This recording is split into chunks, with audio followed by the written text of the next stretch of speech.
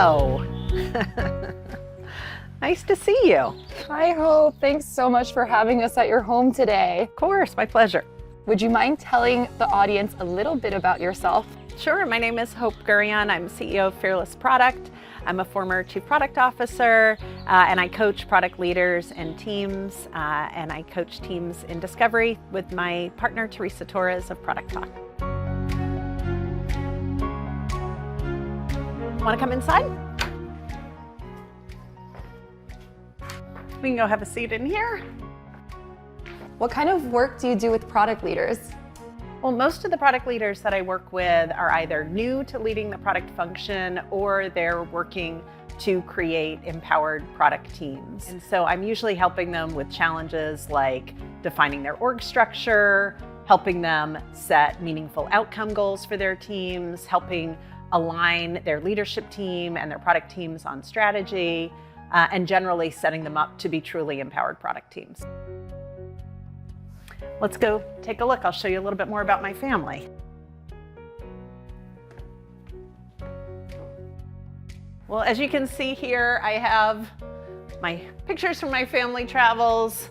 I have two boys, one graduating high school in the next year and one who's starting high school, and we love to travel, and so I'm really happy that we're going to be able to resume our travels this summer, finally. So Hope, you work with product leaders and teams day in and day out. What do you see them struggling with the most? Well, for leaders who are new to leading the product function and leading empowered teams, what I mostly find they're challenged by is the fact that the rest of the leadership team has completely different expectations about what leading empowered product teams looks like and what practices and processes should be used as they make decisions. And so there's a lot of education and alignment that is put on the product leader, and so that can be very challenging. And for product teams, I find that they often don't have the outcomes that they're working towards, the definitions of success that really set them up to make good decisions. And why is it so challenging for product teams to set goals and build alignment? Yeah, I think one of the real challenges is that most teams and most of their leadership is used to operating in an output-oriented style of product management. And so the only definitions of success that they've ever considered are measuring teams on, did you deliver it on time, and did you deliver the scope that we expected? And so it can be really challenging and eye-opening to learn that there's other ways that we can define success. And what advice would you give to a product leader looking to become more outcome-oriented versus output-oriented? Yeah, I think for me, what I find is usually most helpful is if there's in recent memory, an example of that time that we delivered that thing that took forever and we all thought it was the right thing to do, and lo and behold, nobody used it. It didn't actually deliver any impact. And if we have an example like that in recent memory, which almost every company does, we can leverage and say, well, what if we could rewind time? What if we had really considered what is the behavior that we expected to see that we're not seeing today? And then we can start to build on that to define what more outcome-oriented product management looks like, where we set the definition of this is the success that we expect in terms of the behavior change that we expect from our customers. And if we see this behavior change, this is why it will be impactful for our company. How can product leaders clearly define what success looks like for their teams? Yeah, so it really starts with envisioning what that behavior change is and linking that behavior change to what matters to the executives and the investors at the company. So we need to build this bridge between this is the behavior change that we want to enable with our product decisions, and this is why it matters for the company. This is how it's going to drive incremental revenue growth, or this is how it's going to drive more cost efficiency or cost avoidance. We want to be able to build those linkages so the teams have a clear sense of why they're doing the things that they're doing, why it's important to create those behavior changes, and then translate it into something that's within their realm of influence. Well, why don't we take a look at where I actually do all this work every day? Well, like a lot of families who have everybody working from home and doing school at home, we had to rearrange our working arrangements. So my husband is usually upstairs in the office, and I now work in the dining room. So Hope, you're a really vocal thought leader on the topic of product discovery. Why is product discovery such an important practice for product teams? Yeah, the reason I find product discovery so critical for product teams is because all business is a bet on future human behavior. And that's what we're trying to create when we're making our product decisions. We want to create that behavior change, and that's going to lead to the business success that we seek. So we need to have the customer context. What are they trying to accomplish? What are their alternatives? What are their unmet needs? What are their pain points? What are their desires? And by having the answers to these questions in the forefront of our minds for everybody on the product team, we make more customer-centric decisions, and that increases the probability of that behavior change that we seek. That's why product discovery is such a critical skill set and practice for product teams. And what are some key mistakes you see product teams make when it comes to product discovery? Yeah, sometimes I see teams get either too concerned about doing it right and being too dogmatic, or too concerned that they're not doing it right and being really insecure about their practices. So what I want to make sure is that there's no one right way to do discovery, but we want to make sure that we're thinking about the principles of making evidence-based decisions, of creating choices by just not committing to one problem or one solution. We want to make sure that we're comparing all of these options. Which problems could we solve for customers? What are the ways that we could solve those problems? What is even the right way that we should measure success?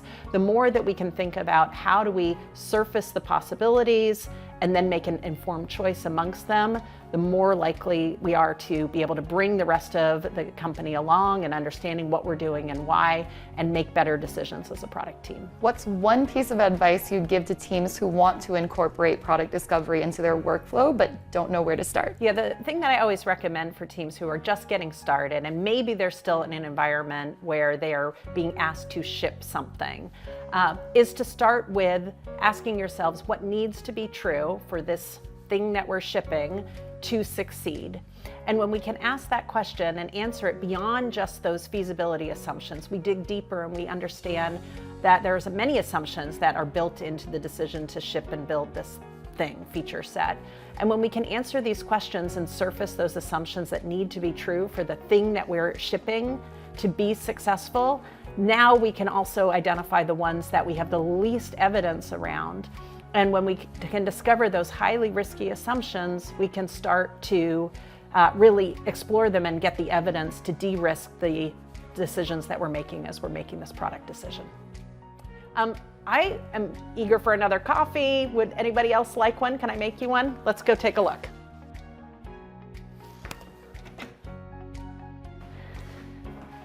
This is one of my favorite things, is to have an espresso coffee in the morning or for an afternoon pick-me-up. So let me make you one right now.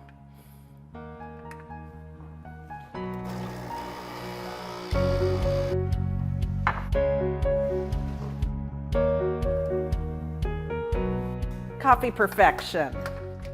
I read an article you wrote recently called "I Can't Be a Good Girl and a Good Product Manager." Why do you have to be bad to get things done?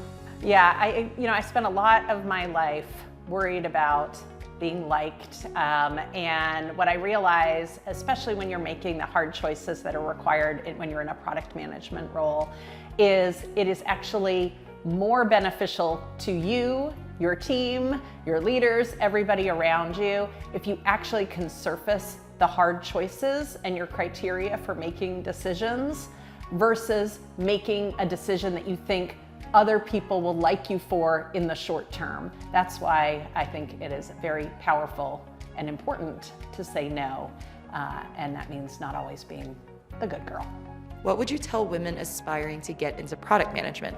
I would tell women the same thing I tell anybody who's trying to get into product management, which is in order to be successful, you want to seek truth, do math, frame your choices, and connect those choices to your desired outcomes. Why don't we go outside and maybe Luna will come sit with us. Hey! I have to chase her around the yard.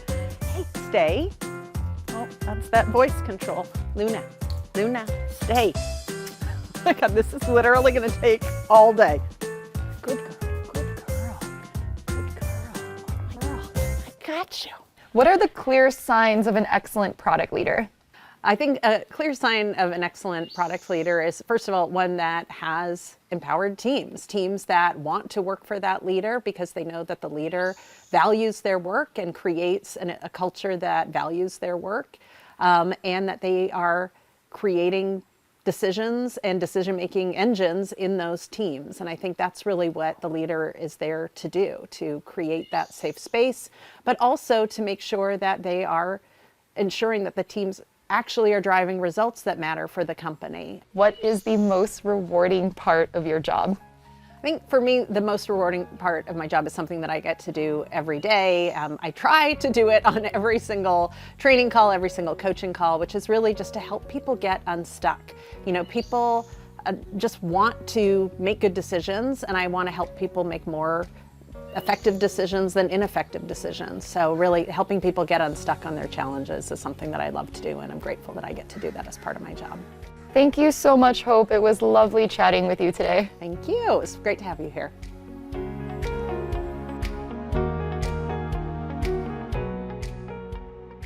Well, first of all, I think it is. And my dog is home! Luna!